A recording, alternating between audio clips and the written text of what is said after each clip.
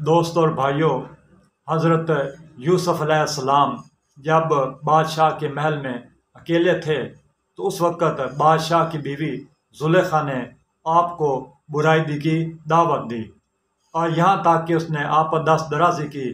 آپ آگے کی طرف بھاگے، کوئی پیچھے کی طرف سے آپ کا قمیض پھٹ گیا۔ تو قرآن پاک میں اس طرح آیا ہے، وَاسْتَبَقَ الْبَابَ، اور دونوں دروازے کی طرف دوڑے، وَقَدَّتْ قَمِيصُهُ مِنْ دُبُرٍ، اور قمیض یوسف علیہ السلام کا پیچھے کی طرف سے پھٹ گیا۔ وَأَلْفِيهَا سَيَّدَهَا لَدَى الْبَابِ، اور ان کا خاوند بادشاہ وہ سامنے دروازے کی طرف سے نہ ملا۔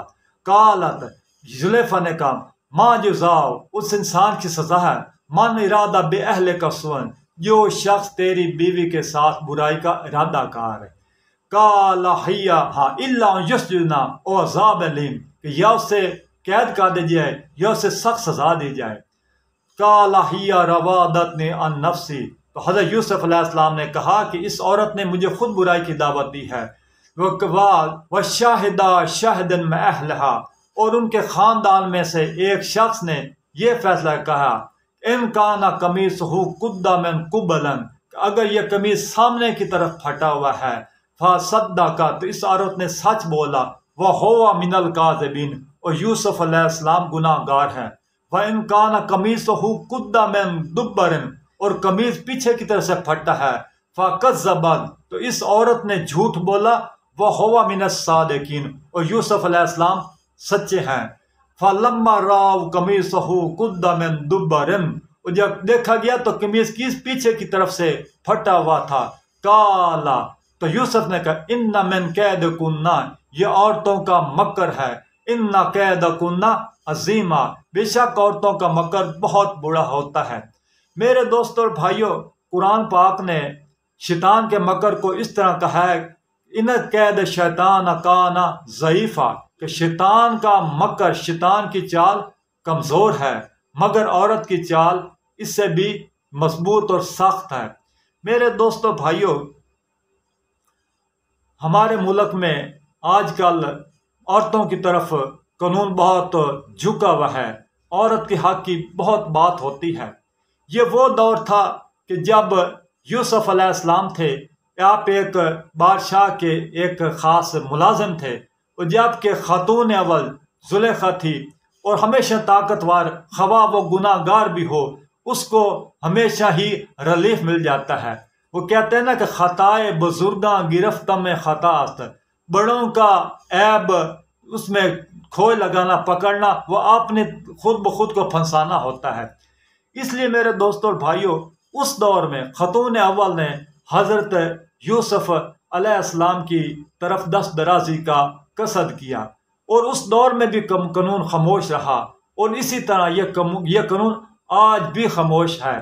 اگر کوئی انسان کوئی کسی عورت کے ساتھ کوئی کوشش کرتا ہے دست درازی کی، تو ہمارے قانون کے مطابق اس پر زیر دفعہ 376/511 PPC اس کا یہ نفاذ ہو جاتا ہے۔ اگر یہی کام کوئی عورت کرے، کوئی جان بوجھ کے کرے، تو اس کی طرف کوئی قانون، کوئی اس پہ سختی نہیں کرتا، اس کے لیے یہ سب یہ ریلیف ہے، اس کو یہ سب آزادی ہے، وہ جس طرح چاہے کرے۔ میرے دوستوں بھائیوں، میں یہ چاہتا ہوں کہ ہمارے ملک کی یہ اسلامی نظریاتی کونسل ہے، یہ ہماری جو بڑی شرعی عدالت ہے، ان کو، حکومت کو کچھ ایسے قانون کی بھی یہ ایک سفارش کرنی چاہیے کہ اگر عورت کو دست درازی کرتی ہے تو اس عورت کی دست درازی کرنے پر اس کو بھی قانون پہ کوئی نہ کوئی فوجداری قانون میں قانون اس پر بھی لگنا چاہیے۔ یہ سارا عورتوں کے حق میں یہ باتیں آتی ہیں۔ عورتیں آج کل کاروباری، خاص کر عورتیں اس قانون کا فائدہ اٹھا کر، اس قانون کی آڑ میں، اس قانون کی چھتری میں آ کر یہ لوگوں کے ساتھ وہ کھیل کھیلتی ہیں کہ جس کا انسان تصور تک نہیں کر سکتا۔ اس لیے جب کہتے ہیں کہ جب اس قسم کی عورتیں بھی جب کوئی غلط اقدام اٹھاتی ہیں، کوئی غلط کام کرتی ہیں، تو ان کے خلاف بھی قانون کو ایک جنبش میں آنا چاہیے، حرکت میں آنا چاہیے، ان کے خلاف بھی فوجداری قانون ہونا چاہیے۔ مگر یہ سارا قانون صرف یہ مرد جنس کے خلاف ہے، عورت جنس کے خلاف کوئی قانون اس ملک میں نہیں ہے۔ اس لیے یہ قرآن پاک ہمارے لیے یہ قطعی ایک ہدایت اور مشعل نور ہے۔